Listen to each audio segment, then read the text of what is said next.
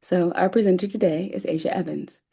Asia is a licensed mental health counselor, speaker, and author specializing in financial therapy.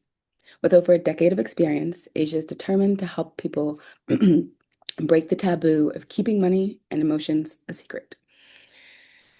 In addition to her practice, Asia serves on the board of the Financial Therapy Association, consults in fintech, consults to fintech companies, and recently released her debut book, Feel Good Finance. Asia has been featured in a variety of major news outlets, including the New York Times, Business Insider, NerdWallet, and CNBC. Asia is on a mission to get more people engaged in living their best lives while attuning to their thoughts, feelings, and behaviors around money. Outside of work, you can find Asia chasing her two young children as they hunt down the next delicious place to eat. Thank you, Asia, for being here with us today. Thank you. And thank you so much for having me, Sam and Danielle. I'm going to get started and start sharing my screen. But I just want to also preface to everybody that I am dealing with some kind of sinus allergy, something of the world. So if I need to just pause, take a sip, I also want you to pause, take a sip, and reflect. I really like to have interactive conversations with this. So yes, please feel free to drop it in the chat. I love questions. I love Q&A. So if you're like, wait, burning desire, please put it in the Q&A so you don't forget it. Put it in the chat, have that conversation. It might also start garnering conversation amongst the group too. So that's just really important to me. I think we do not talk about money enough. Don't talk about the financial stressors, anxiety that comes up. And hopefully, this will be not only informative, but will start kind of allowing you some space to think about your own thoughts, feelings, and behaviors when it comes to money if you haven't started kind of diving in a little bit deeper yet. So, hopefully, this presentation will prompt a little bit of that. So, this is me. Thank you, Sam, for reading my bio and my intro. I have been a therapist for, oh, I mean, at this point, it's like 15 years, which is like really, really crazy to me. But what really started me on this path to financial therapy was by way of my own experience. So I live outside of New York City now, but was really based in New York in my 20s. Grad school, it was a whole experience, as you can imagine. Graduated with my um, what is it, counseling psychology degree and was ready to hit the road, got a job in New York City, was so, so excited. But what I did not realize was the stressors I was going to feel as a freshly minted professional in the world in an industry that is not always paying people the same price that it costs to actually live there.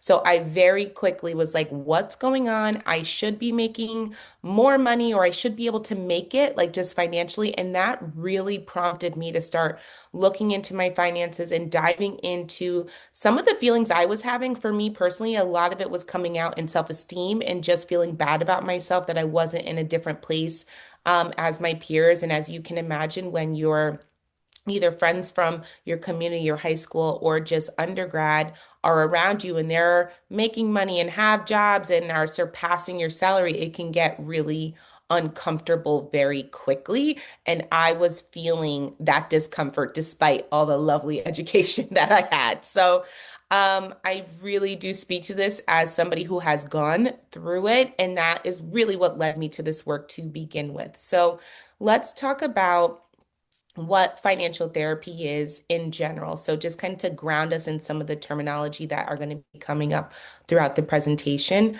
So, financial therapy really is a process that is going to be informed both therapeutically and financially. So, it's going to help us start thinking and learning about how do people think, feel, and communicate around their money, like what goes on with their money, what's happening, and then how do we bring in evidence-based practices as interventions. So, like I said, I'm coming from the mental health side, but within financial therapy, there may be individuals who are coming from purely the financial side and are deciding to make financial therapy in a more intuitive, dare I say, emotional aspect into their firms and into their practices because they know that at the end of the day, we're dealing with people And humans have a lot of feelings. And while past financial gurus will tell us, like, hey, money's not emotional, take the emotions out of it, that is just not possible. And I'm going to go through why in a little bit, but I just wanted to kind of ground us in where I'm thinking and what might be coming up. Um, First generation wealth builder is also going to be really important to start thinking about as we go through this presentation, because that may be some of you in the audience, and starting to look at what it means to be one of the first people within your family or potentially within your community to be building wealth, to potentially be able to impact not only the generations that may come after you, but the generations that came before you as well. And that comes with its own points of stressors, and then shows up in different communities that you may be weaving in and out of, depending upon what your life looks like. The next terms I'm going to go through are really can be experiences that we have all gone through in some way, shape, or form. So, a financial flashpoint is an intense emotional moment or memory or event related to money that stands out across your life. So, this does not have to be negative or positive. It could be kind of neutral, but it really is more about the memory, right? It's more about, hey, this is an instance that I remember. So, for some of you, it might be, hey, what's the first money memory you had? Right? You can think about that. Drop in the chat how old you were when you had your first money memory, or can think about it. I always share that sometimes when I think about my first money memory, I'm not honestly even 100% sure it's mine or my friends. The story I share is that it was definitely, I think, before middle school, but we were at the grocery store. I was sleeping over her house. We went grocery shopping as a family. I went with them, and I had money and kind of like bought myself like a snack. Like I changed the little aisle, the checkout aisles that you go to, and I went to go check out by myself to like pay for my snack, whatever, and then come back. And my friend was flabbergasted that I felt strong enough, empowered enough, brave enough to go talk to an adult, exchange money, and pay for something on my own. Um, and that's really interesting and says a lot about who I was at that time, says a little bit about who she was, or at least how we saw each other at that time. That is a good example of a financial flashpoint. So, I say this because I want you to just recognize that a huge flashpoint in your life, a money memory, if you will, doesn't have to be negative. It doesn't have to be positive. It just kind of is. Now, this is very different than when we start talking about financial trauma, right? So, financial trauma is a lasting imprint of an emotional, psychologically distressing or destabilizing money related experience. So, that could be my parents lost their job and we had to move, or something happened financially and then people around me started fighting very frequently. I've lived through some really difficult financial times with my family growing up. Um, so a financial trauma can also be a flashpoint in your life, but it also was distressing, right? So this is can be a negative event. And what I want to say here, and I put an asterisk next to it, is that your level of wealth doesn't protect you from financial trauma. I think a lot of times when somebody hears the word financial traumas, we assume that they were poor, they were broke, they didn't have resources, that there wasn't anybody to help them per se financially. Now, while that is the case for many, many people, that is not always the case for people. So, some examples of what that might look like could be, hey, my parents said that they wouldn't pay for my college education unless I majored in XYZ. Now, that can be really traumatic that you are going to go through a whole schooling career for something that you may not care about because your parent, you wanted to go and it's important to go, but your parents were like, we're not going to do this. Or, hey, if you don't do XYZ, we are going to cut you off. Money can truly be used as a mode of manipulation, unfortunately, and often is, the purse strings are pulled in different ways. So I share that because, again, a lot of times people assume that if you've had anything financially traumatic in your life, it means that you didn't grow up with money, and that is very much so not the case. Okay, and then the last definition I'm going to go through is financial anxiety. So, this is going to be really important to think and talk about because a lot of times people are not looking at what this means for them or realizing that it's something that comes up for them as well. So, financial anxiety really is the persistent fear, worrying, obsessive thoughts surrounding your money, financial behaviors, or the state of your finances. So, for some people, that could mean um, I am unable to spend money because I'm worried about what's going to happen. And if I start spending money, I won't stop. Or hoarding your money. I've had some clients who have tens of thousands of dollars in a regular checking account, and I'm like, oh my goodness, girly, babe, you got to move that money out of that account. Please, please, please put it in a high yield savings account at least, and then we will figure out the next steps from there. But really, what's coming up is that they're anxious and they're financially anxious about their money. They're worried about it. So, some physiological symptoms that might come up for people, they are losing sleep, they're having trouble with their appetite. That could be under eating or overeating.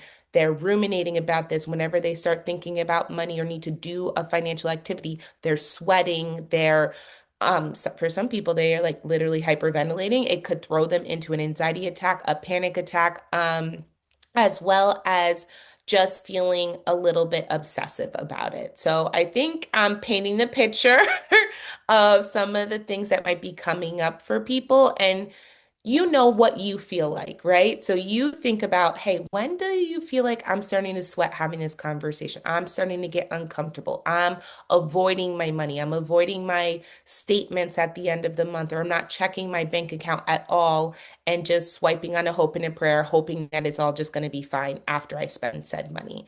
That could be a symptom of financial anxiety. And I want, again, everyone to take a nice collective deep breath because we're going to go into it, but I want you to also be aware of how this shows up for you.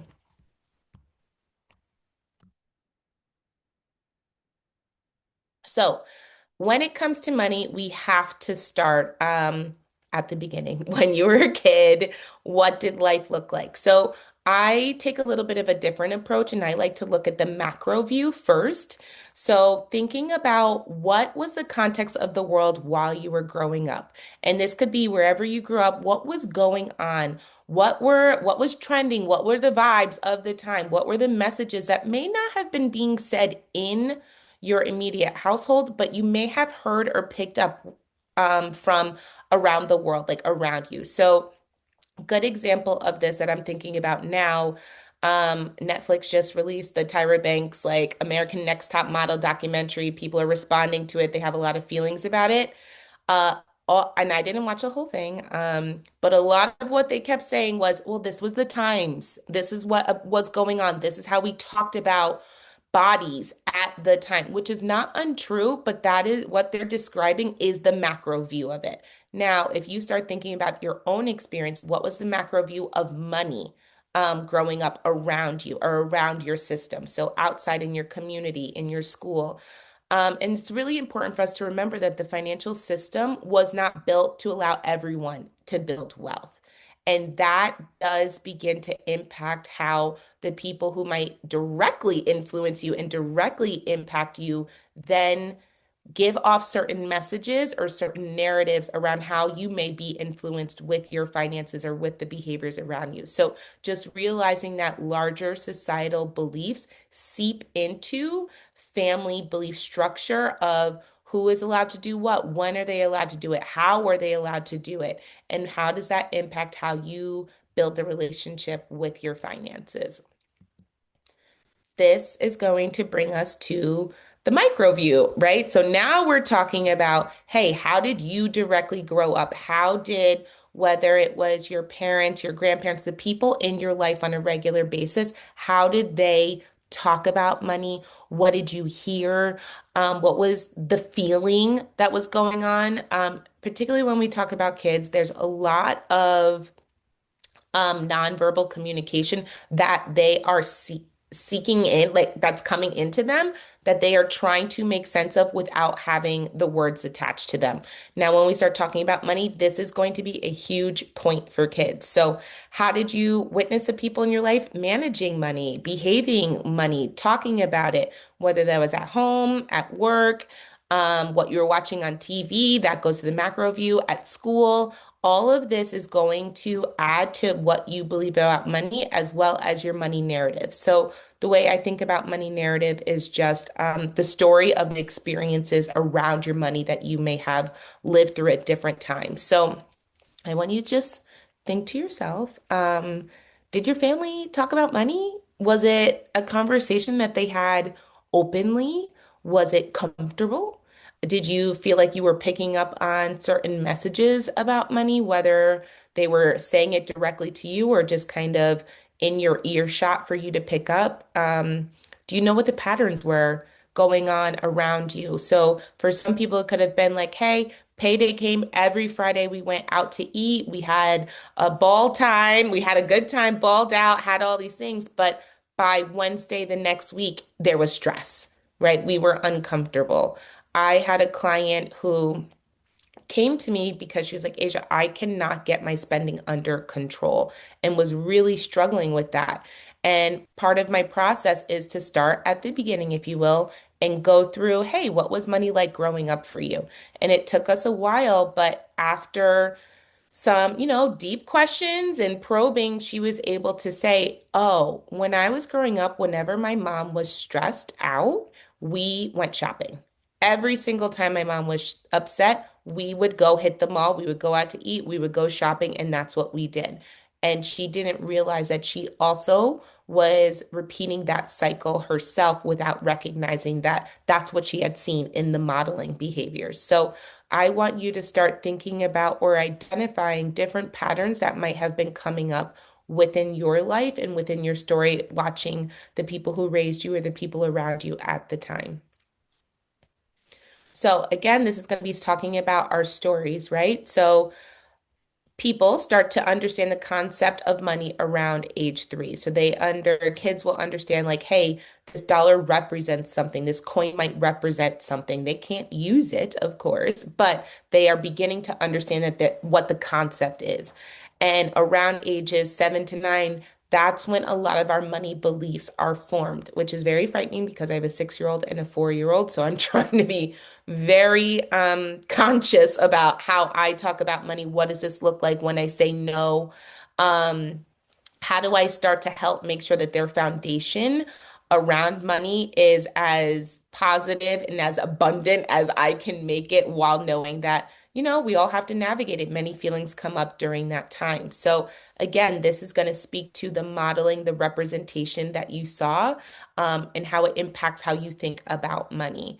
Um, so again, I want you to go internal and start interrogating not only what were the patterns that you saw, but who was modeling certain behaviors for you? Who were you looking to for representation? Was there representation?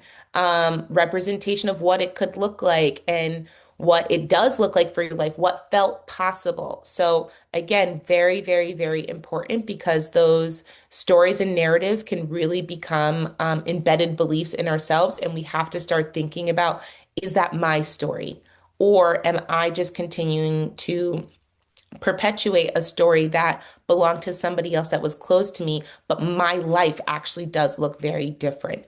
And this is going to be very, very important as adults because there are some times when we are repeating patterns that have nothing to do with what our life looked like now, but did when we were younger. And moving through that and shifting through that can be extremely difficult because you're asking yourself to make a large change. So, majority of the time when I'm working with my clients, people are saying like, "Oh my God, Asia, we went through my money story. I feel great. We got to the root. I understand where this came from. I'm healed." And I'm like, "Oh, well, funny story is now that you know where the root is, now we have to do the hard work of asking yourself to do something different when those behaviors come up, to actually break that pattern and decide, I want to do something different." And that is where the work is really difficult, right? That's where we're going against some of the things that we had said and done for years, for decades, that felt really comfortable to us. It's that discomfort that the change really starts to happen for you. So, in this, and feel free to drop in the chat if you have them too. What were the money messages that you received growing up? So I put a few here just because I wanted to make sure that we had some thought starters of if I don't hold tight to it, I'll lose it, right? I deserve it. So if you're ever feeling that urgency for YOLO, I deserve it is usually very quickly behind that sentiment. There will never be enough. It doesn't matter how hard I work, no matter what I do, no matter how hard I save, there will never be enough money. I could never make, I could never spend, I could never save XYZ. You fill in the blank. Talking about money is please fill in the blank, right? So it can be really difficult to start looking at, okay, these are the money messages I received. Do I still believe them? Is this still true for me today? What does this look like? I'm not successful until I insert here. So it could be, and this is obviously going to change, but when we have these money mindsets, it's really difficult for us to recognize that our life is going to change as we grow, as we take on more responsibility, as we release some of our responsibilities. So, um, and also like money changes. Everybody knows the whole coveted, when I make six figures, I'm going to be rich, I'm going to be great, it's all going to be wonderful. It doesn't look like that so much anymore, right? Like six figures today is not what six figures was 10 years ago, 20 years ago. The buying power is just very different. So recognizing again, where do these money messages come from? Whose are they? Are they yours? And do they still apply to your life? Um, I don't know enough about insert, investing, retirement, a high yield savings account. I don't know enough about something, so instead of learning or asking about it, I'm just going to pretend it doesn't exist and not ask questions. That is not going to work. I want everybody here to be building wealth because we need to, honestly. Um, that's right now how our country very much so is run. So having access to financial resources can not only impact your life, but a lot of other people. So I'm all about the, hey, let's make this money and pour it into things that are really important to us, people that re are really important to us, causes that are really important to us.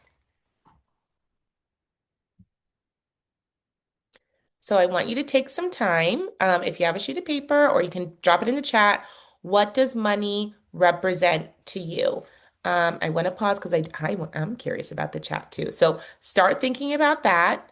Does it represent power, freedom, success, security, stability, access? And if there are other things that come to mind too, please, please, please, please drop it in the chat too, because I think this is very important for all of us to be having these conversations around what does money represent and how does it come up for you.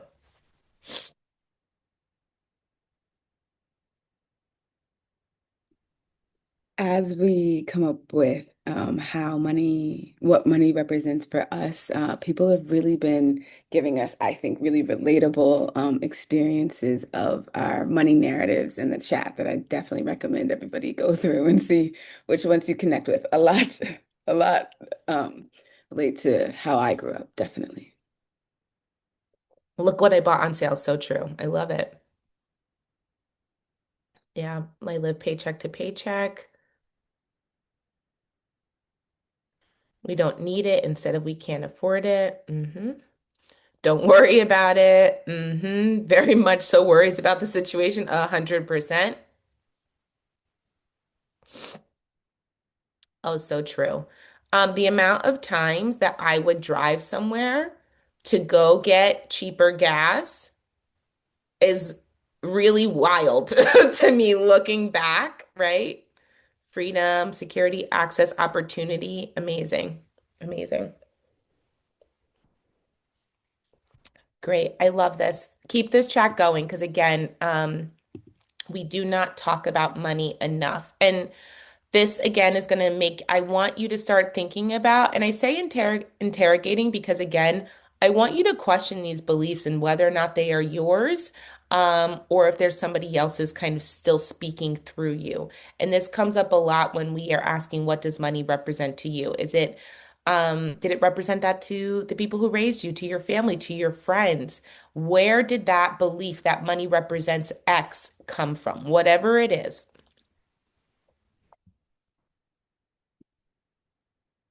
So, some common emotions that come up for people when I'm having these kinds of conversations, especially talking about financial anxiety or financial trauma, or just kind of being in a position that you may be in one place economically right now, but you know that in 10 years or so, or later on in your career, it's going to shift. A lot of feelings can come up.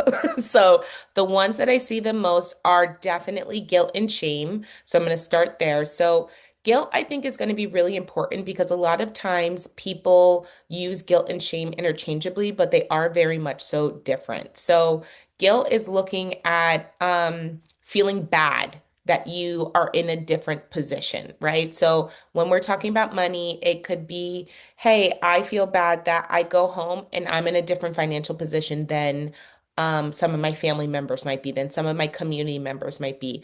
I am at school and people at school are in different financial positions than I am, and that is uncomfortable. People are taking their winter breaks and they're going skiing in the Alps, and I'm actually going to go back home and go work, and that feels uncomfortable. I feel guilty that I'm not doing that. I'm here. Why shouldn't I be doing that? Those kinds of feelings can very quickly start dipping into shame. And shame is saying, like, I am a bad person because of this. I am not worthy because I'm not doing XYZ, XYZ.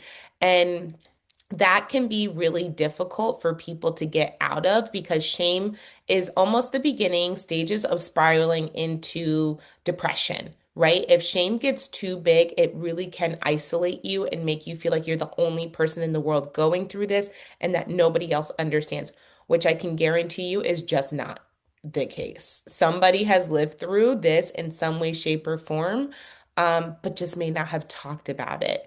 And that isolation, especially that's coming from potentially guilt or shame, really is broken up by having conversations, building community, coming together to say, listen, I'm also not going skiing in the Alps. However, what are you doing? And maybe we can get together and do something else.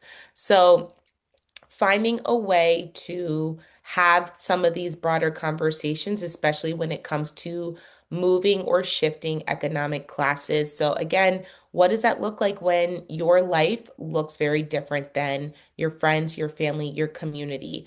What happens when your community or the people you have been in community with for a long time start to give you a little bit of the side eye and are wondering, like, what's going on with you? You're so different. You moved here, you're doing that. Your life looks so different. Are you still the same? Those feelings can really create a lot of tension.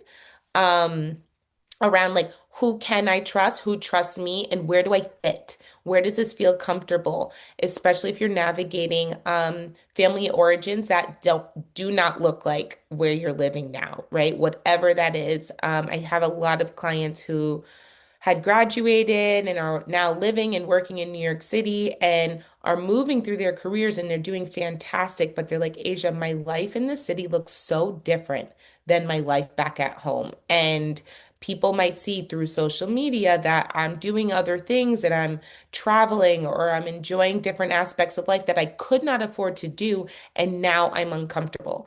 And I'll be the first person to admit, like I said in the beginning, when I graduated grad school and started working, and my friends were at least 2 to 3 years into their career getting these huge raises. A lot of my friends worked in marketing and advertising in the city, and I was a therapist, so you can imagine the discrepancies which were coming up for me. I was like, this is awful. Everybody told me to go to school like a true millennial. I did go to school. I have this graduate degree. I'm so proud of myself, but like, why am I broke? I'm broke.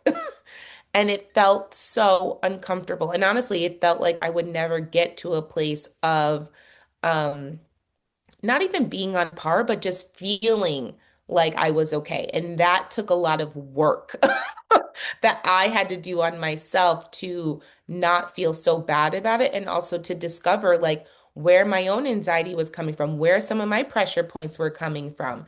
And that is going to be another point of, just common emotions that come up for my clients. So anxiety to succeed. I spent so much money on this education. What happens? Am I going to find a job? What's the job market going to look like? How do I avoid mistakes? How do I make sure that I grow wealth for others and myself? Like there's a lot of pressure that can come when you are going through that process.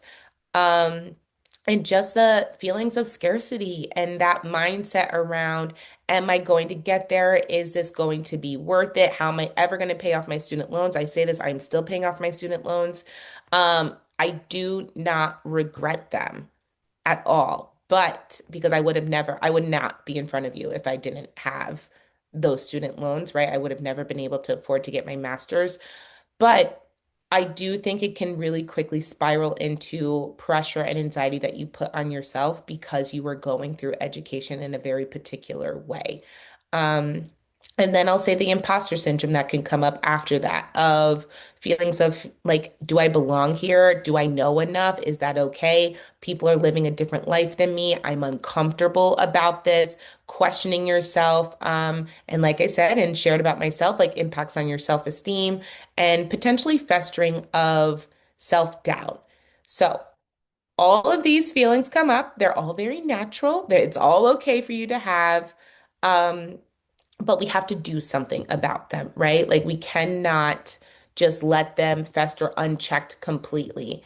And before I start going into kind of what we're going to, how we might remedy some of this financial anxiety that come up, I want to just not like just acknowledge some of the biggest challenges that happen. So I know when I was going through those emotions last time that I talked about some of this, but I just think it bears repeating for some people. So navigating your money beliefs about wealth, going back, looking at the historical context, looking at the psychological context, so that you're unable to unpack your beliefs and better understand where they came from, how they're driving you, and potentially hindering you in your financial behavior. So that's where scarcity and abundant mindset. And I'm not talking about, listen, I love to manifest. I want everybody to manifest. I think it's fantastic, lovely, wonderful. But there is something very serious about, hey, I actually do believe that this is going to work out for me. I do believe that I will be okay. Life might be scarce right now, but it will not be that way forever. This is very different than saying I'm not paying my bills because I'm manifesting abundance and somehow the money is just going to come and that's going to be it. I need real action. I want you to manifest, but I also need you to put some action behind it to make sure that you're okay. The fact that I have to give this caveat sounds wild to me, but there are a lot of people out there just like, no, throw caution to the wind. The money will just come. I love that for you, but I also want you to be safe. I want you to be okay. I want you to be taken care of. So we need to make sure that, yes, have an abundant mindset, but also what's the action that needs to come behind the abundant mindset, right? So looking at our shifts in surrounding community, what that looks like when you're surrounded by people with different levels of wealth than you. How do you make sure that you are not comparing yourself, not feeling really bad about yourself, and also not centering your value on how much money you or your family have. And that's going to be really, really important, especially if you are one of the people that your family or friends are comparing themselves to. Just being mindful of expectations and pressures, different families, different cultural backgrounds, different religions. Like I could go through all the isms, right, that are have the potential to um, really erode how you feel about yourself. And then that can create pressure that you put on yourself that had no place being there to begin with. So while we're talking about societal, we're also talking about, again, the micro view with our families, the expectations, the pressures that come. Sandwich generation, if you have potentially you're taking care of older generations while also trying to plan for or taking care of younger generations at the same time. This is a huge time of life when people feel really pulled. Um, Again, the responsibility, wanting to take care of your family. What does it look like? Can you say no? My clients get very angry with me because I'm like, you have to say no. They're like, I can't say no to grandma. This is crazy, Asia. And I'm like, well, yeah, you can. You're not going to completely say no to grandma, but you're going to say, hey, I can do this. I cannot do all of it, whatever that looks like. Time, energy, resources. So just navigating what it looks like through your family, through what you're trying to create to grow your wealth. And then last point, biggest challenge for a lot of people is financial education. Um, and just understanding, like, do you know what you don't know, right? And a lot of pe times people don't, and that's okay. That's normal, right? I don't know what I don't know. That makes total sense. But that means that you need to start figuring it out so that we can identify those gaps and fill them. So, how do you start quieting your financial anxiety? Um, First, I'm going to say you have to give yourself some grace, and compassion. I think a lot of times people, what I hear the most is, I should have known better. I'm like, why? Who told you? Who was supposed to tell you you should have known better? If you should have known better, somebody would have had to tell you or show you or represent what the better was. So let's not attack younger you. Let's not attack the past version of you who just did not know. And it's okay if you need to like take a minute to be upset, to be angry, to cry about it. But I do need you to give yourself some grace and some compassion moving forward, because if you just stay in that place of I should have known better, it's just going to make it worse. Honestly, you're not going to be able to get out of your financial anxiety or honestly any feeling for that matter. Um, Interrogate your money beliefs. Where do they come from? Whose are they? Do they still apply to your life today? And decide, do you want to keep them? For some people, it's like, actually, you know what, Asia, I like that I'm more frugal. I like that I don't spend a lot of money on things. I like that I'm saving. I like that I'm paying down my debt. I like that my retirement is growing. Great. If that works for you, beautiful. What can you do? How can you utilize your life and your life experiences to serve what your goals are now?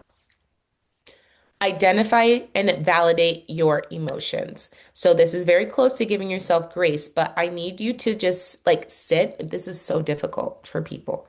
Sit. How am I feeling? What's going on? Who am I angry at? And am I actually angry or am I hurt?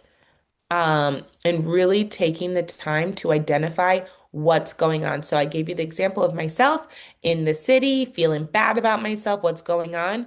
Um, and the reason why I felt bad about myself is because I was also still stuck in the validation of I want to go to happy hour. I want to go shopping with my friends. I want to look fly every single weekend. And I cannot afford to live the life that I'm trying to lead. And I felt bad about that, right? I was upset. I was angry. And, I was a little angry at the world for not caring about mental health, honestly. That's who I was angry at. But it took me a long time to figure that out. So identifying those feelings and then validating them for yourself, right? For some people, that might look like some inner child work to say, like, hey, what was a younger version of you feeling at that time?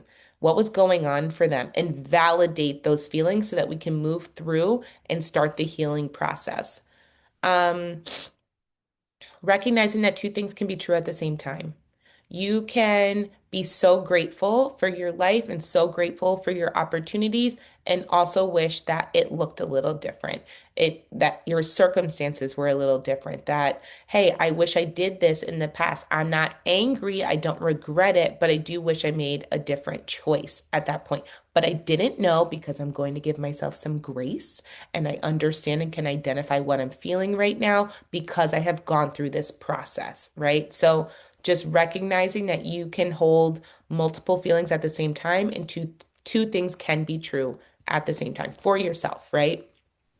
Talking about money and your money feelings. The fact that you're here today tells me that you were kind of thinking about it. What's going on? How is this showing up for me? So talking about it's going to be really important. As I said before, it does break up some of the isolation that can happen with shame. And No, I'm not telling you to get on a soapbox in the middle of the street and shout to everybody about your salary and what's going on and your debt and all that stuff. We don't need to do that. No. But you can find a group of people who are like-minded, who may be navigating very similar challenges, and ask them what they're doing. What are they reading? What's going on for them? How are they navigating these conversations? Are they having these conversations?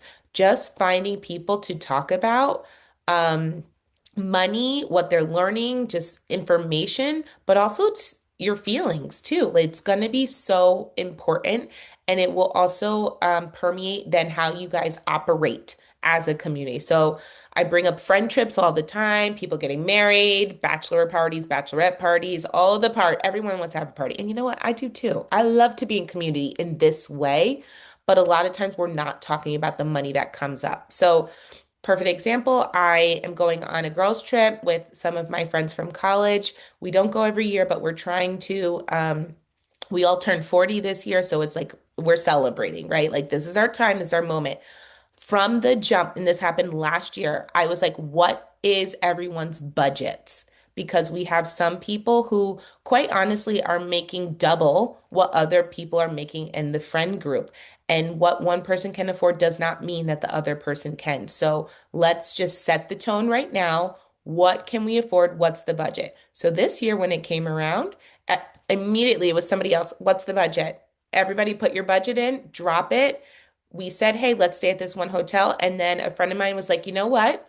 I would rather spend that extra $200 a night on a dinner than spending it at this hotel. So can we actually go back to the other cheaper hotel? Beautiful. But this is not how we have always operated. And I've known these women for 20 years. We had to take time to get to this point to say, hey, I can't actually afford that. I have other stuff going on. I don't have the money, whatever it is. It does not matter. We love you. We want you to be here. Nobody's upset about this. Actually, people were grateful. They're like, you know what? I can't afford that hotel either. So beautiful. So talk about your money. And it will be hard the first time you do it, but as you do it more, it will become more comfortable. This is my whole career. So now people are like, Asia will talk about money. And it doesn't matter. Like, bring it up. She loves to talk about it. And it's true. I do. So again, community, relatability with like-minded conversations and with people, very important. Stress reducing activities. Coping skills are your best friends. They're your best friends. I don't care what you do. If it's, hey, you want to come over and just watch TV on my couch? I just want to be with someone. That's a coping skill. Going out for a walk, coping skill. Taking a shower, coping skill. Working out, coping skill. Meditation, grounding. I don't care what you're doing. Art, creating something, all of these are going to help you get yourself out of the rumination of financial anxiety and into a place of feeling a little bit more grounded by completing the stress cycle. We're trying to pull you out of fight or flight or fawn and put you into a place where you can actually look at what am I doing? What do I want? Do not move your money in a crisis, please. When you're feeling upset, it's not the time to touch your money at all. Define your goals. What do you want? What do you want this to look like? I love goals. I love a 6 month goal, a year goal, 3, 5, 10 years. I love them. True Virgo energy over here. If that's not you, that's okay. Start small, and slowly build up to what you want it to look like. Creating healthy boundaries is going to be really important. Again, sometimes that looks like saying no to your family, getting really clear um, on your budget, on what you have coming in and coming out so that you can say no. So you can say, hey, I actually can't go to dinner tonight. Hey, or come to my house. I'm going to cook for both of us. Great. That's a great way to hold a boundary without having to say no. Like it's just, I'm going to do something differently. What works for you? Acknowledging gaps in financial education, which we talked about. You don't know what you don't know. And if you don't know it, it's probably going to hurt you sometime, especially when it comes to your finances. So please, please, please, um, start figuring out where people are getting their information. Be careful online. There are many fantastic resources, but there are a lot of other people who are doing shady business. And I don't want you having any information. So vet your sources. Creating a plan, which we talked about, short term, long term, a budget on a monthly basis. And lastly, celebrate your wins. I think a lot of times people feel like they need to see this huge amount of progress to feel like there's something to celebrate, and that's just not the case. It could be celebrating your win because you sat through a whole finance book. You read the whole book. That is something to celebrate. It could be that you had a hard conversation with your friend. That is something to celebrate. It could be that you saved $1,000. Beautiful. It does not matter. Paid extra on your monthly bill. Beautiful. So celebrate your wins. It's going to be really important for you to just keep momentum on what you're doing, right? Money is always going to come up, especially in this capitalistic society that we live in. So just figuring out how can you survive in a way that's not going to cause as much anxiety and as much stress. And then these are a few resources that I have um, of creators that honestly I know all of them, which is very nice. And that I trust directly, podcasts that you might want to listen to, organizations with the FTA as well as Trauma of Money that I really like and believe in the work that they're doing. And then if you're interested, this, I know the link was dropped, but this is my information. Um, I'm a little bit on a hiatus from Instagram, but I'm still kind of lurking a little bit. So I am there. And then as well as LinkedIn, and you can find me there on my website. And that QR code goes to the book. So I hope I'm like, how are we on time? So we have enough time for Q&A because it's very important. Asia, thank you so much. The contradictory experience that it could feel like of being a wealth builder, but not necessarily having generated that wealth yet is something that I'm very grateful to have a firmer grasp on in my head as a result of your workshop. So thank you. You're welcome. As we transition to the Q&A, my colleague is going to place our evaluation survey in the chat. Can all of y'all just please do me a favor and open the link now, and so you have it in a tab and ready and waiting for you when we're done. Thank you. Okay, so I want to ask again that you change your name to the name that you registered with so that we know that you're here. And now, what questions do you have for Asia? You can type them in the chat. You can raise your hand and ask them yourself. We have time to be with each other. Could we flash back Asia to the book recommendations? Absolutely.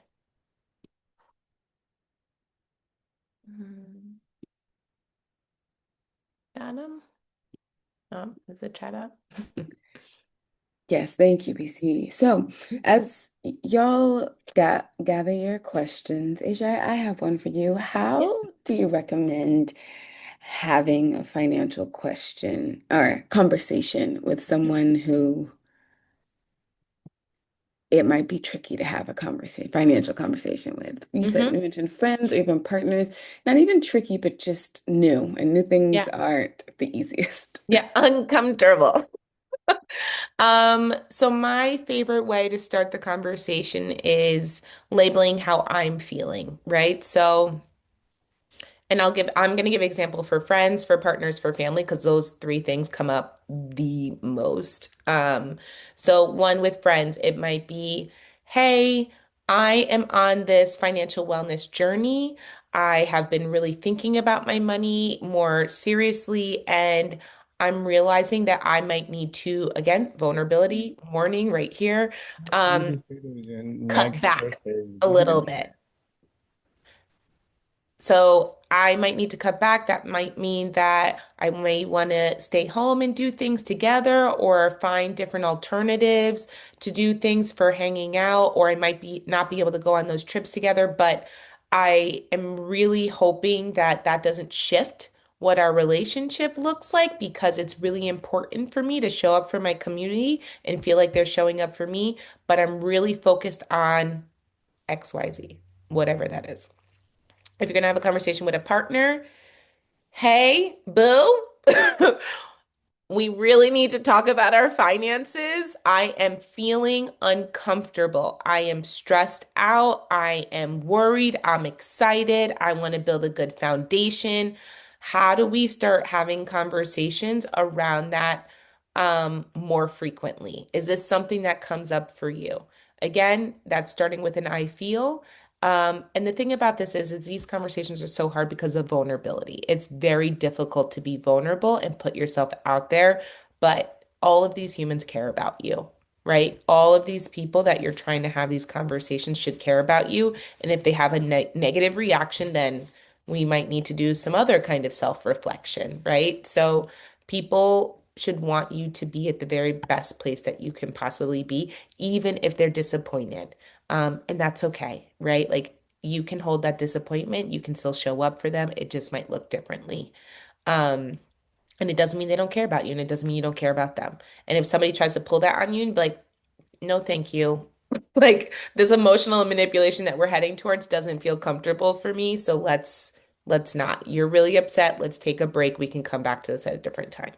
And then lastly, with family, this comes up quite frequently, especially with aging parents and generations. And how do they talk about money? How do they talk about their estate plan? Are they um, do they have a plan? What does this look like? Like, what are their wishes? Because a lot of people have trouble with mortality. This comes up left, right, and center, as well as with healthy boundaries. So that might, again, I feel I I know this is really difficult to talk about and it's hard for me too, but I'm really worried. I'm really insert feeling here about what's going to happen if I don't know what you want. Um, Talk to if you have other people in your life, whether that is siblings or people that you might have to coordinate care around. You can talk to them first and then talk to your family member. But that can be a really big deal for people to make sure that they know what the other person wants, right? They know what their aging family member needs to do, wants to do, creating healthy boundaries. So, all very difficult, but it's really difficult because of the vulnerability that's attached to it. Thank you, Asia. Someone asked, what do you recommend for first step investing? How do you start? Yeah, so where I would be, and I'm going, so two roads. If you are in grad school, you have limited income, or wherever you're working, there is no like, you're not a full-time employee type of thing. You can go to any of the websites, the Vanguards, the Fidelities, I mean, the list goes on and on. You can go and you can create a IRA, a Roth IRA. You can create an account to just start putting a little bit of money in. And this is not to say, because I know what it felt like when I was in grad school, I was not making any money. I was surviving, purely surviving. Um, Even if it's $25 a month, even if it's $50 a month, you can start there. But knowing that that money is invested and can grow and that you have this account for when you are working is a huge deal. One of my biggest regrets is that I wasn't doing something like this, even a little bit, when I was in grad school, when I was working right after. I'll never forget, I had a 401k and I pulled it out after I left the job. I just took the check and I was like, oh God, Asia, that was terrible. Why did I do that? So if you can, you can create a retirement account now and just put a little bit of money. It does not have to be a ton. If you do have an employer who does have that benefit, whether they're matching or not, you can do the same. Have them pull it from your check, a little bit of money. That's going to go into an employee benefit account, which usually is a 401k or a 403b. So you can start doing that too. But just starting, that's it. Just start. Thank you, Asia. Someone asks, can you say a little bit more about the two things can be true idea that you mentioned earlier? It can be exciting to grow financially, but hard when your community can't grow with you. How do you sit with that? There it is. I'm like, that is a beautiful example of two things can be true at the same time. I am so thrilled and excited about the opportunities, and I'm going to grow, but my life is going to look different than the community I'm coming from.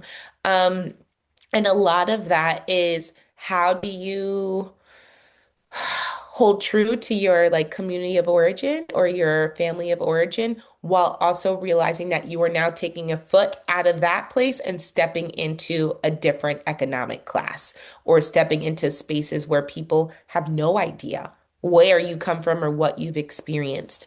Um, that is going to be uncomfortable. right? There is going to take a level of navigating how who you are and how do you want to operate in both spaces. And a lot of people do not talk about this enough because it can be really, really uncomfortable to figure out what this means. There's a really good book. And it's a little bit of an older book, but it's called Strangers in Paradise by Grubman, I think his last name is. And it's kind of a book that uses almost the ideas of immigration around immigrating into a different economic class. So it's like, how do you assimilate into the wealth? How do you grow into this new position? Are you uncomfortable? Are you completely ignoring everything that you've known before and are totally like, hey, forget that. I'm going into this new place. I don't want anybody to know the old me. Or how do you take a foot and keep it in like, hey, I'm in the community, I'm a part of this community, but my economic circumstances look really different. So, yeah, two things can be true at the same time. And having healthy boundaries that say, hey, you know what? I'm in a position where I can help some people from the community and I can give back, but I have to have healthy boundaries because I cannot give it to everybody, right? You may want to, but you can't because that also can be detrimental to your financial growth. So, really figuring out what the balance is for you and what's the balance for, honestly, your accounts so that you can do the things that feel good to you. But it's uncomfortable. It's not great. It can be eventually, but it does take time. Thank you, Asia. Mhm. Can you please point out one book or podcast for a beginner to be learn to start being financially literate? They would Mm. like to understand all the means and resources available before they decide to invest or save money in a high yield savings or a Roth IRA. Okay, what else? Get the high yield savings account right now. I'm going to push you a little bit in a very loving way. High yield savings account is literally just a savings account. A lot of them with the better interest rates are online. So you may see Ally is out there very frequently. Ally Bank. This is not sponsored or an ad. I just like them. I personally use them. Um, all it's doing is allowing you to hold your money there at a higher interest rate. So if you're at Bank of America or one of like a bigger bank, something like that, or a Chase, your savings account is probably earning 0.001. It's like 1 cent on the dollar kind of thing. It's abysmal, honestly. Where a high yield savings account is probably giving you 2.5 percent, and the interest rates differ. But really, what it's saying is you are earning money for holding your money at this bank. And that's going to be helpful. You want your money, and that's an example of my money's working for me. Perfect. It's just because it happens to be in that type of an account. Um, but for beginners, honestly, so my book, Feel Good Finance, is really heavily on the mental health, heavily on behavioral health, heavily on just understanding psychologically where your money beliefs come from. But one of my favorite books is Finance for the People by Paco de Leon. Um, I really love that book. They did a great job of walking people through what it looks like to navigate wealth, especially people of color, and trying to figure out how does that show up with their own family and cultural expectations too. So I really love that book. Money Out Loud also does something very similar. That's easy, fun read. This stuff is fun for me. To start looking at your money and your finances to decide like, hey, where is the next step for me? Thank you, Asia. How Mhm. do we, you have mentioned throughout our conversation that we need to learn how to start saying no. Mhm. How, that sounds very hard, particularly to loved ones, particularly when we haven't yet have any practice with that. Yeah. How do we start? Yeah, oh, it's so hard. First I'm gonna say it's hard. So we're gonna still give yourself grace. We're gonna give yourself compassion. And when you say no, it doesn't have to be a no, period. While I hope we will get there eventually, you don't have to start right out the gate with that. It could be For example, if somebody's like, hey, you've been giving me extra money for XYZ amount of time. I'm so grateful. Thank you so much. I need more. But you know that you don't have the more to give. And how do you say no? It could be, hi, I know I've been doing this. I feel, grateful. I'm happy, whatever your feelings are about it. But things are changing in my life because of XYZ. I'm really trying to invest more, pay down debt. I'm trying to buy a home. I'm trying to save up for an engagement ring. I'm trying to get a whole new wardrobe. Honestly, it doesn't really matter. But if you said no, if you're having trouble saying no, it might be hard to tell them what the truth is. I don't want you to lie. I do want you to say what's going on. I cannot prioritize this financially in the same way I was able to in the past. And then you can give them the boundary of, I can give you $100. So it may not have been 500. I can give you 100. Or I can't do that yet, right? So it's a not yet point versus a complete and utter no. And warming up to that and explain and honestly be truthful. Explain what's going on. I have a lot of debt. I want to get out of it. And I'm trying to funnel all of my extra money here. Is there a different way I can help you? I'm happy to give my time. I'm happy to give my energy to you, do different things, spend time with you. But um, I'm just not able to do that. And I know that's hard to hear. It's hard to say. Okay, so what I'm hearing is context that Mhm. in this case, no is not a complete sentence. And perhaps it's the beginning clause, but a little more needs to be provided in order to make it a more comfortable interaction. Yeah. And get like you said, more comfortable to be able to be put yourself in a position where when you say no, they understand why you're saying no, right? It's not just a like, nope, that's it, deaded. We're never revisiting. It's something else is coming up. Hmm. Okay, thank you. So you spoke, someone asks, about reconciling your desired life with the realities of your finances. I Mhm. wonder if you could speak more about how you made space for joy, leisure, things that you enjoy that require spending money while managing your finances now and in grad school. Yeah, so funny. Grad school, I didn't realize was such a stressful time. I had a good time because luckily I had good friends, and that was helpful. So it did look like that. It would be, hey, where is a local restaurant having some kind of like food deal that we all know that we can afford and go to? Um, we did a lot of potlucks, as you can tell from my bio, and probably a lot of examples I've given. I like to eat. I like to go out to eat. I like to be in community with other people when I eat. So we did a lot of potlucks together. Um, I also like to dance. And when I was in my 20s in grad school, I was also doing that too. So it looked like, hey, we're going to pregame. We are not drinking when we are out. If we are going out, if that's something that you're into, it was something I was into, we're not drinking when we go out. So we're going to have these few drinks here and then we're going to go out. And when it's time to go home, we're going home. Um, and that's it. Nowadays, I would say if you are going to go out, it might look like, hey, we're traveling in a group. We are going to take public transportation. We're not taking an Uber. I want you to be safe. Obviously, if there's a need to take an Uber, take an Uber. But if you feel comfortable and you're in a position with people to take public transportation, don't just automatically think to go to an Uber or taxi type of thing. So a lot of those kind of finance cutting things, oh my God, we went to this trip in the Bahamas. Our friends got like had to do a timeshare like tour, and six of us went and were in a room with two beds. And we just made it work. So that's another example of, hey, I still want to do this. I still want to find joy in this. I still want to make this happen.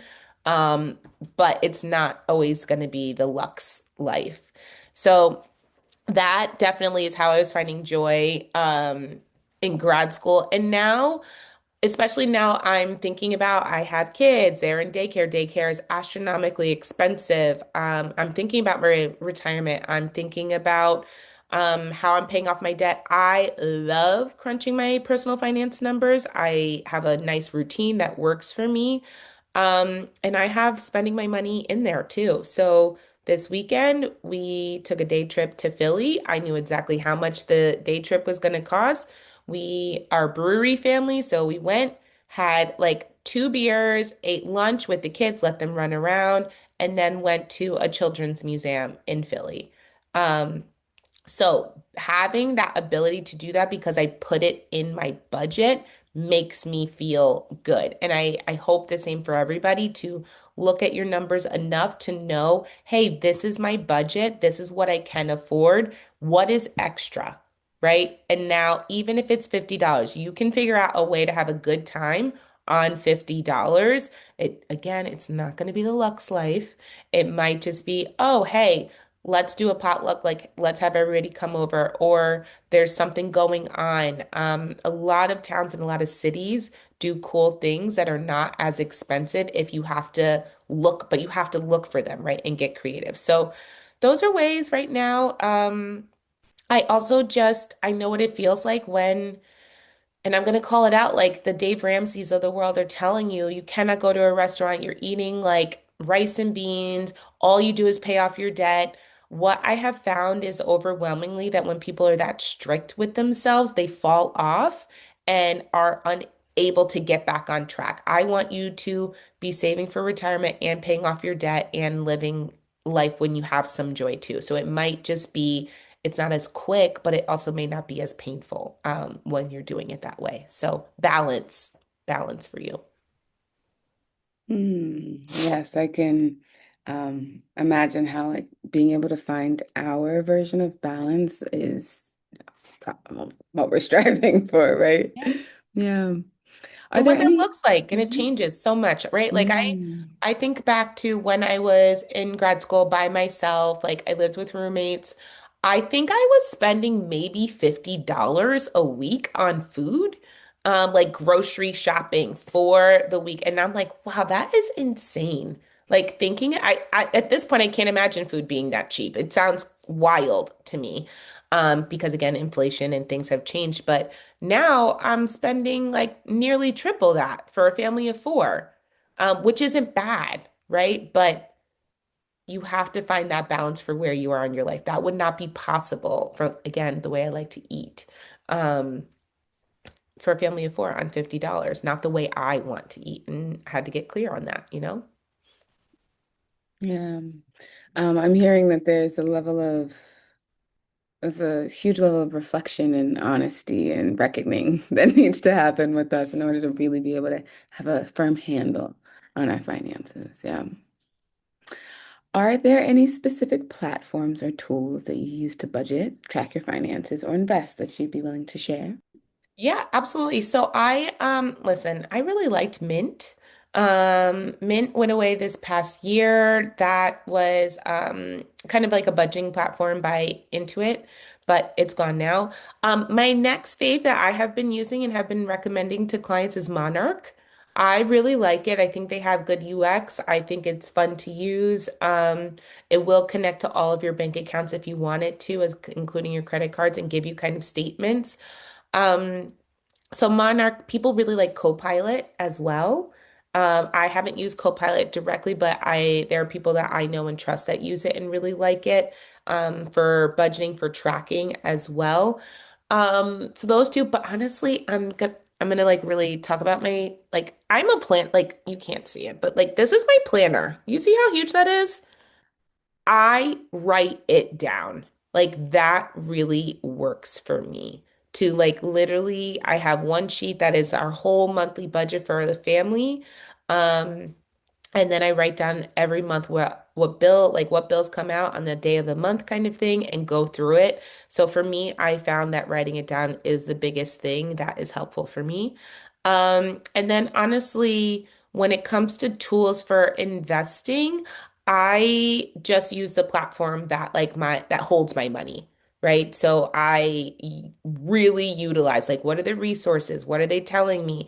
I am also a set it and a forget it person. I think day trading is cool if you want to do that, but that sounds like too much risk for me. I'm not interested and I'm not a risk averse person, but it can get really gambling like very quickly. So I'm like, set it and forget it. take my money on a monthly basis, I honestly don't even check it. Like it's not my money, it's future Asia's money. And she's trying to be old and gray eating pasta on the Mediterranean and like living her best. So I'm like, that's not for me, that's for her. So I'm not even looking at it. Asia, you spoke about that. You said that you have a routine. Hmm. Can you tell us more about what does the routine look Oh, like? I would love to. Um, so again, this is not for everybody. This is what I do, very much so Virgo energy. So in this planner right next to me, I go through a money routine every month and then every week. So every month, at the beginning of the month, I'll put down what day all of the bills are due. When is it coming out of the account? When is it hitting the account? What does that look like? Um, so that's my monthly project kind of that I do. I know how much we can save per month.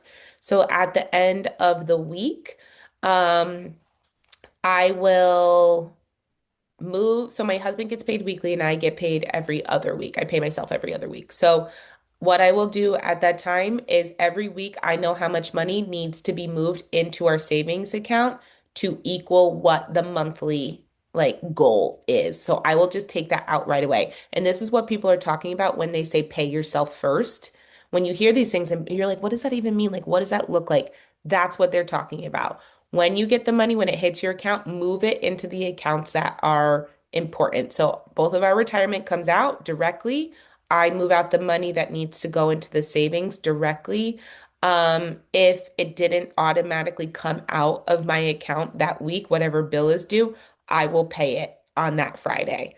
Um, so that I'm caught up. And then I'm also looking to the next week to say, hey, okay, this is coming out. This is where we're at financially. Okay, we're prepared. Now I know. And for me, that I would also do it on Fridays when I was, younger, had less responsibilities because I wanted to know how much money I could spend on my weekend, right? So if I knew, hey, I have somebody's birthday party coming up in 2 weeks. Hey, Asia, maybe let's not spend so much money this week. Keep it in the account so that next week when you do go out for XYZ event, um, you have extra money there, knowing that you might spend more money. So that's my routine. I check my money every Friday. At the beginning, at the end of the month, I go through the expenses. What budget did we go over? Why did we go over? Were we checking? Were we paying attention? And then set myself up for the next month.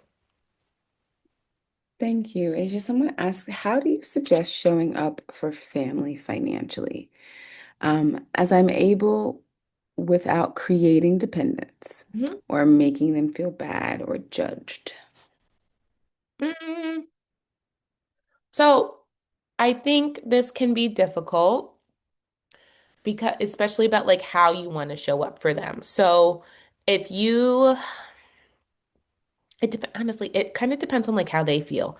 So, and the only reason why I'm picking up on this is because you don't want to make them feel bad or feel judged. So, one, some family might be asking you, and you set the amount of money or what you're able to do for them financially. Hey, I can give you $100 a month. And then just send it, right? Like whatever that looks like, just send it. Don't ask questions, don't let them know, blah, blah, blah. Just send it. That's it. We're not thinking about it anymore. Um, Now, you unfortunately cannot control how other people feel, right? They might feel bad, they might feel judged, and you can create dependence, but it really depends on like how you're doing it, right? So there's a lot of context in what this looks like. And if that doesn't feel uncomfortable, if that feels too uncomfortable, it could be I'm gonna show up like every Sunday with a meal, right? You could cook the meal, you could buy the meal, you could just have the meal delivered. You can do little things that can alleviate some of the financial pressure that your family is feeling without it having to be I'm going to directly give you the money. You could just take care of a bill, whatever that looks like. You can say, hey, you have Verizon. Like, do you mind giving me the information and I will just take care of the bill? Like, you'll have to have that conversation at least once so that you have access and can get in. But eventually, they'll be used to you just paying the bill and they'll know that it's handled. So I think context really matters, but also knowing that you cannot control how they're going to feel. You can just reiterate and support and let them know that you're in a position to do this. This is really important to you, that this also feels good to you. But, you know, we don't want anybody to feel bad, but we also can't control if they feel bad or not. And then creating dependence is really more about the expectation. Are they just expecting you to pay it and then you don't? And they're like, where did that come from? When you start to feel uncomfortable, when you start to ask yourself, why did I do that? Why do I keep doing this? This doesn't feel right. That's when you know you've crossed your own boundaries and something has to change. But that might lead to a conversation. Thank you, Asia. Does anyone have any final questions for Asia today before we end a little early? Anything burning? Well, we're going to leave Asia's email in the chat just in case anything comes to you. Please You do. can reach out. I want to thank everyone in the audience today for your presence and your participation. And Asia, thank you so much for sharing your time and your wisdom with us today. Don't forget to check out Asia's book, Feel Good Finance. The link is being pasted in the chat. And the recording of this event will be sent to you once it has been processed, which takes a few weeks. And please remember to fill out our survey so that we can continue to improve our events for you. Thank you. Take care of Thank you, yourselves. everybody.